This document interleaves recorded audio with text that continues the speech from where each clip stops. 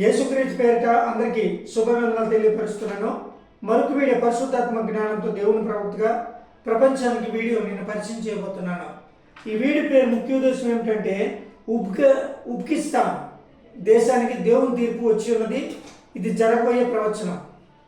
Uzbekistan అండి, ఇది మరి పరిశుద్ధాత్మ పేరాపంతో ఫైల్లోన ఈ దేశం కోసం నేను చూసినప్పుడు ప్రార్థన చేసేటప్పుడు దేవుడు ఈ దేశం కోసం తీర్పు సందేశం పంపించమని పరిశుద్ధాత్మ యెహోవా దేవుడు మరి నాకు తెలియపరిచాడు.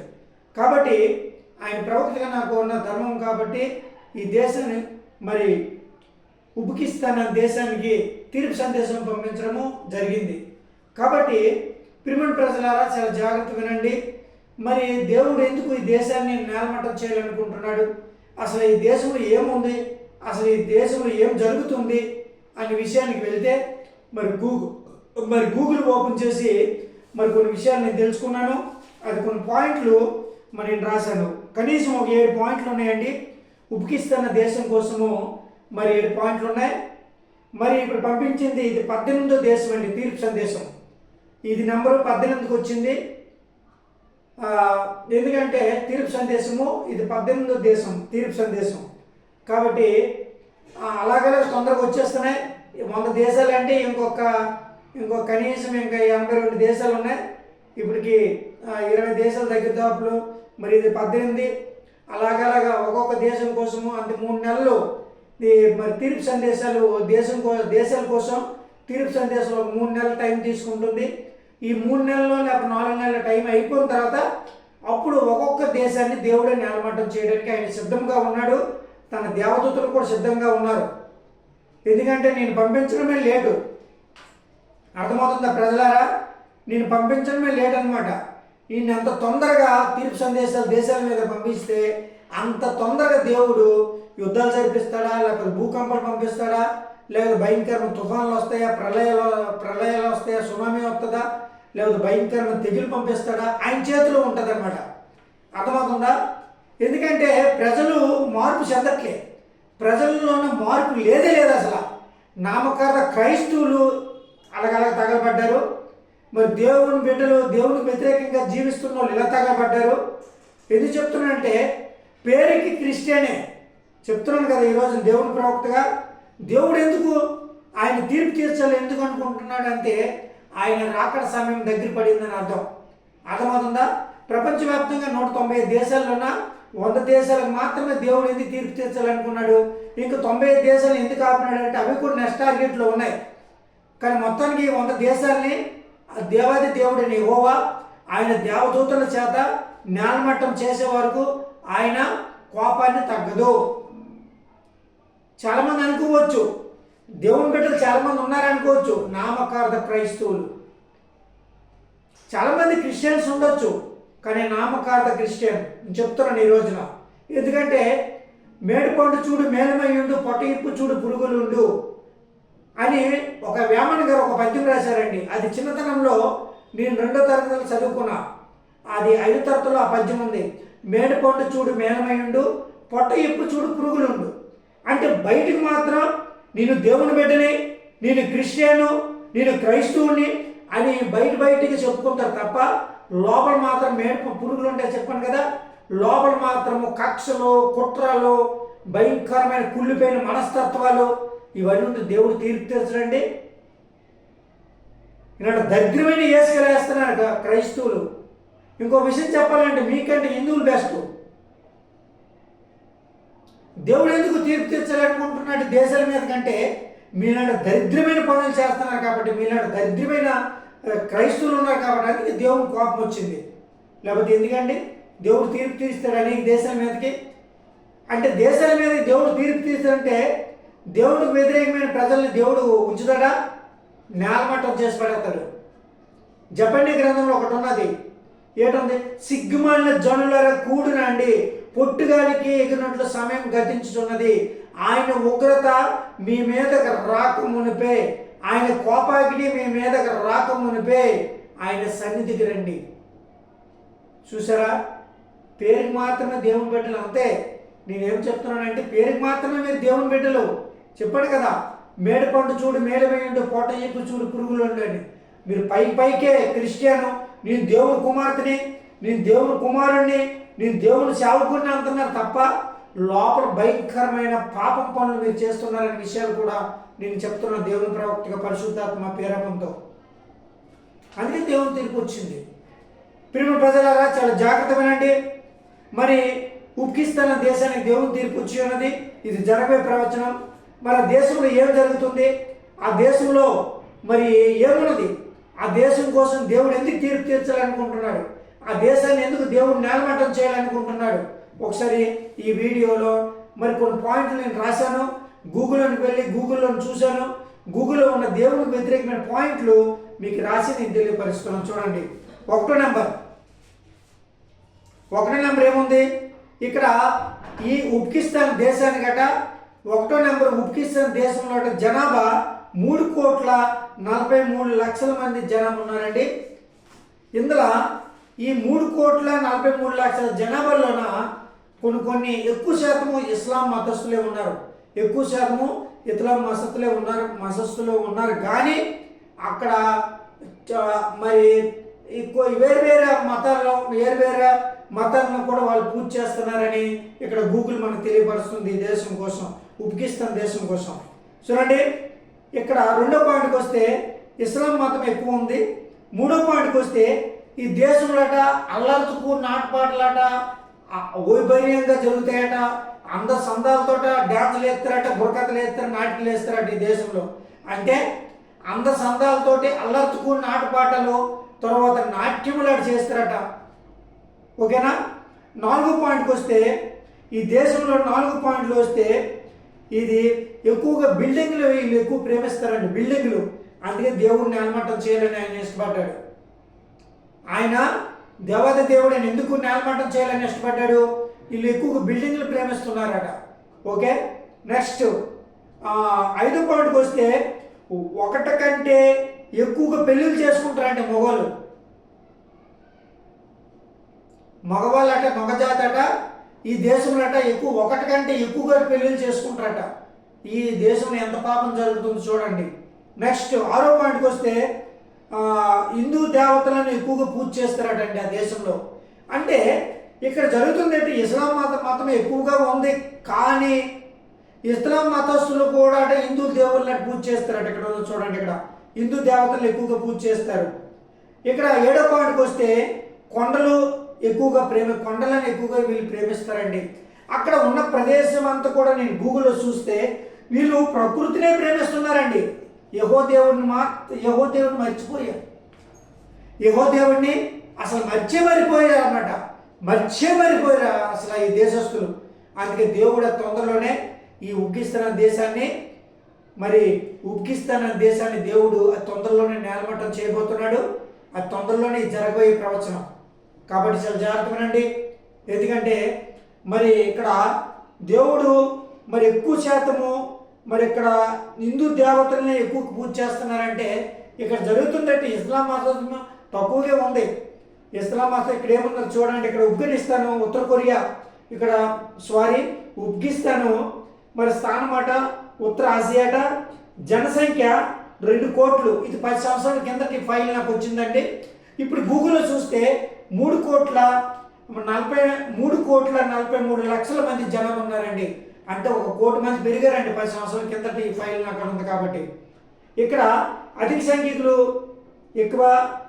సంఖ్యకులట ముస్లింలట, కొందరు రష్యన్ ఆర్థోడాక్స్ అనే మతస్థులు ఉన్నారండి. అంటే చాలామంది మతాలు ఉన్నాయి, కానీ ఎక్కువ శాతం ముస్లింలు ఉన్నారు.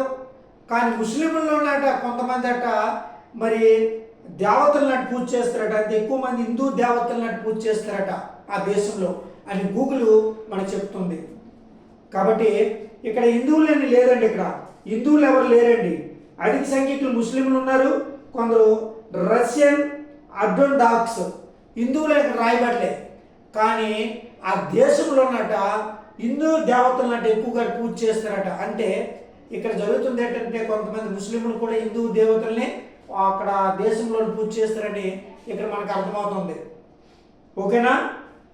అంటే ఆత్మరాడాక్స్ అంటే అర్థం ఏంటంటే ఇక్కడ కొంతమంది ఇక్కడ చూసినట్లయితే మరి ఆత్మ డాక్టర్ అంటే వీళ్ళు హిందూ దేవుళ్ళని పూజ చేస్తారు, వాళ్ళు కూడా హిందూ దేవుళ్ళని పూజ చేస్తారని కూడా ఇక్కడ మనకి తెలుస్తుంది.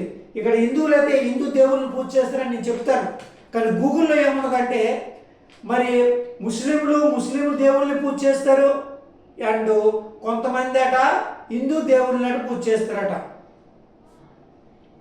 ఇక్కడ ఉందండి, ఓకేనా. మరి ఈ దేశము మరి దేవుడే నాకు బయలుపరిచాడు, ఈ దేశానికి తీర్పు సందేశం నేను పంపిస్తున్నాను. కాబట్టి చాలా చాలా జాగ్రత్తగా ప్రజలారా. మరి ఈ నంబర్ 18 నెంబర్ తీర్పు సందేశానికి వచ్చింది. 18 దేశము మరి ఉకిస్తాన్.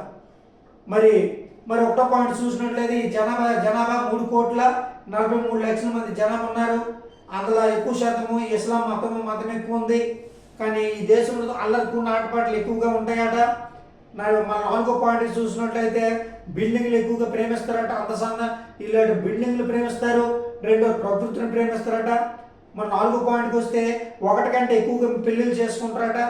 ఎక్కువ బాయ్స్ జెంట్స్ అంటే ఎక్కువ పెళ్ళిళ్ళు చేసుకుంటారు అంటే ఎక్కువ పాపం చేస్తున్నారని అర్థం. 6వ పాయింట్కి వస్తే వీళ్ళు హిందూ దేవతలను ఎక్కువగా పూజ చేస్తారు.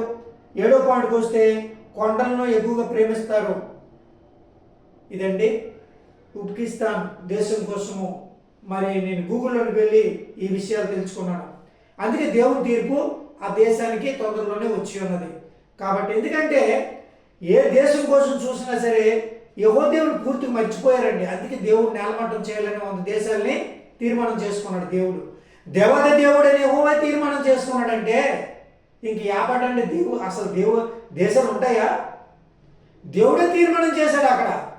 ఈ దేశాన్ని నేలమట్టం చేస్తున్నానంటే ఇప్పుడు ఒక్కొక్క దేశం కోసం దేవుడు ప్రవక్తగా నేను ఒక్కొక్క దేశం కోసం గూగుల్లో చూస్తే ఏ దేశంలో కూడా అది యెహోవా దేవుని పూజ లేదా, ఏ దేశంలో కూడా యెహోవా దేవుణ్ణి అసలు వాళ్ళ ఆరాధనే లేదు అసలు.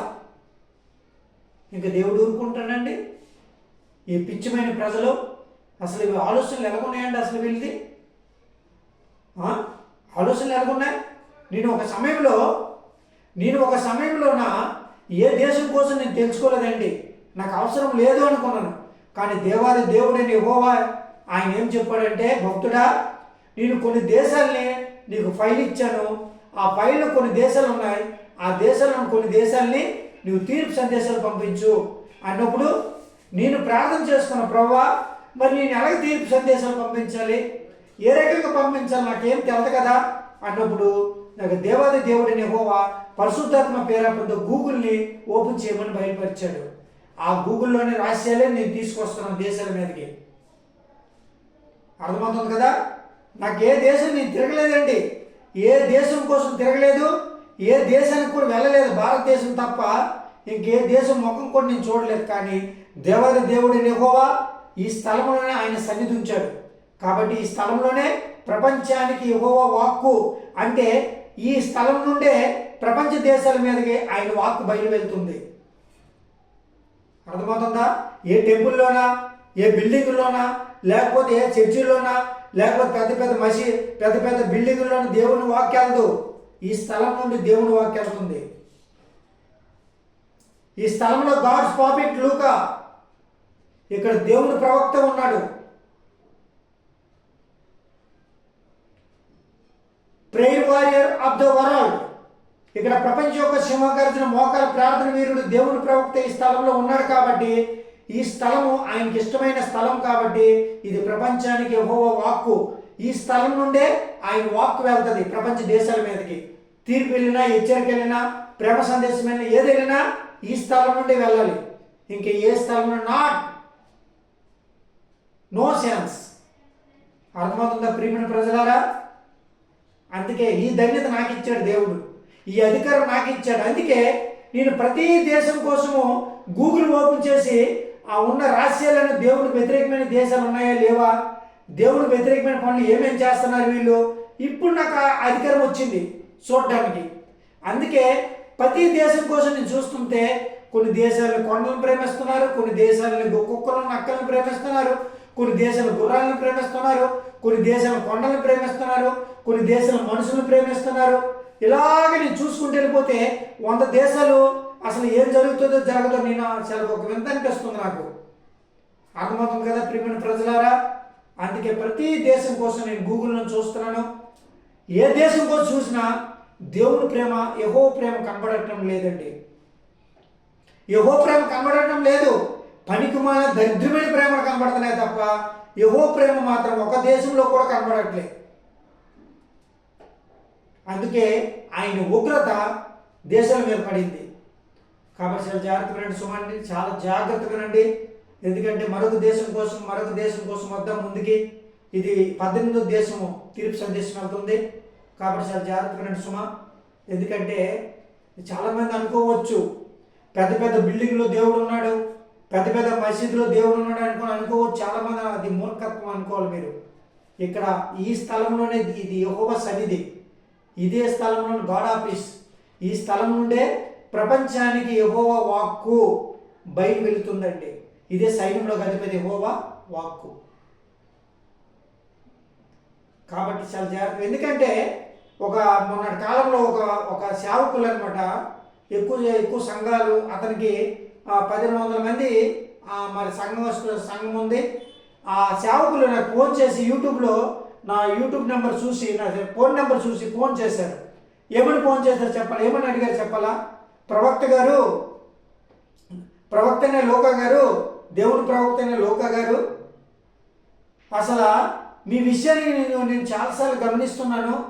ఎంతమంది ప్రపంచవ్యాప్తంగా ఎంతమంది ప్రవక్తలు ఉన్నారు, ఎంతమంది బిషప్లు ఉన్నారు, ఎంతమంది సేవకులు ఉన్నారు, ఎంతమంది సువార్తికులు ఉన్నారు, కానీ ఇలాంటి ధన్యత మీకు వచ్చిందంటే నేను ఆశ్చర్యపోతున్నాను బ్రదర్ అన్నాడు. ఒకే మాట, నేను ఆశ్చర్యపోతున్నాను లోకా గారు, చాలా గ్రేట్, మీరు చాలా గ్రేట్.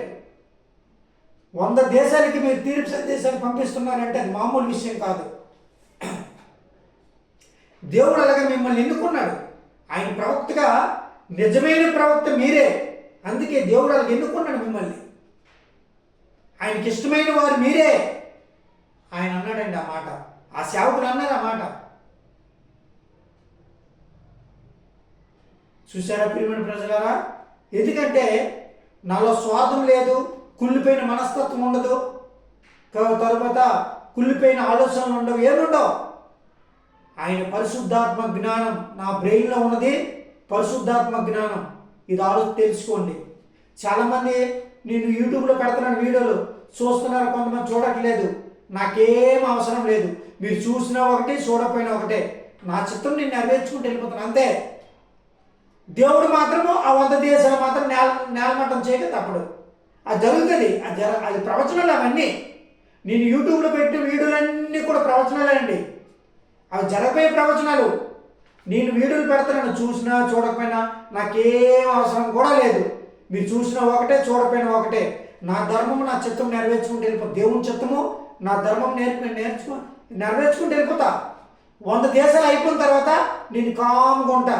ఎందుకు చెప్తున్నాను ఈ విషయం తెలుసా? కరోనా వైరస్ రాకముందు నేను మోకాలు ప్రార్థన చేసి, రక్షణ కొరకు ప్రార్థన చేస్తే దేవుడు తెగులు పంపించాడు. ఎలాగో అలాగే నేను కామ్గా ఉంటాను ఈ 100 దేశాలు నేలమట్టం అయ్యే వరకు. అప్పుడు మళ్ళీ దేవుడు నాతో మాట్లాడిన తర్వాత అప్పుడు మళ్ళీ నేను ప్రపంచానికి మరి ఏం పంపించాలో అది పంపిస్తాను.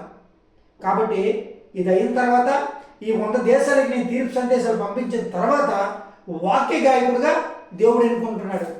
అంటే బైబిల్లో ఉన్న వాక్యమే గానం. అర్థమవుతుందా? నాకు దేవుడు వదలడు. ఏదో ఒకటి ఉంటుంది నాకు సేవ.